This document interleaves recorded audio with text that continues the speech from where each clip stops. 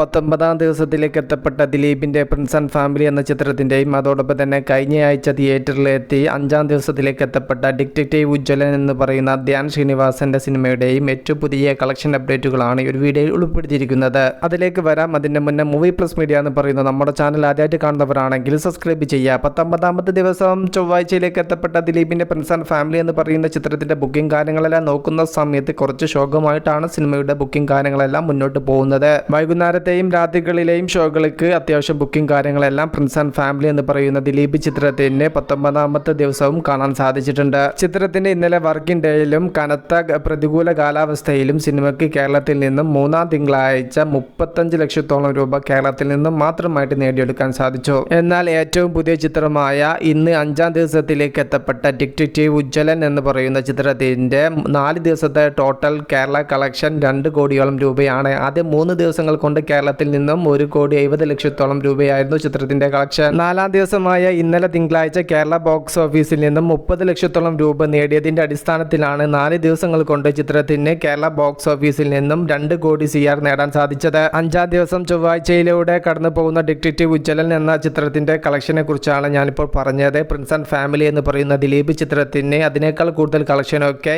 ഈ 19ാം ദിവസം ചൊവ്വാഴ്ചയും കേരള ബോക്സ് ഓഫീസിൽ നിന്നും നേടിയെടുക്കും എന്ന് തന്നെയാണ് ട്രാക്കിങ്ങിൽ നിന്നും വ്യക്തമാവുന്നത്. കാത്തിരിക്കൂ സിനിമകളുടെ കൂടുതൽ അപ്ഡേറ്റുകൾക്ക് വേണ്ടിയിട്ട്. മൂവി പ്ലസ് മീഡിയ, ഞാൻ ജിനു ജിനാസ്. പുതുസായിട്ട് ആരെങ്കിലും നമ്മളെ ചാനൽ കാണുന്നവരുണ്ടെങ്കിൽ സബ്സ്ക്രൈബ് ചെയ്യുക. Okay, by.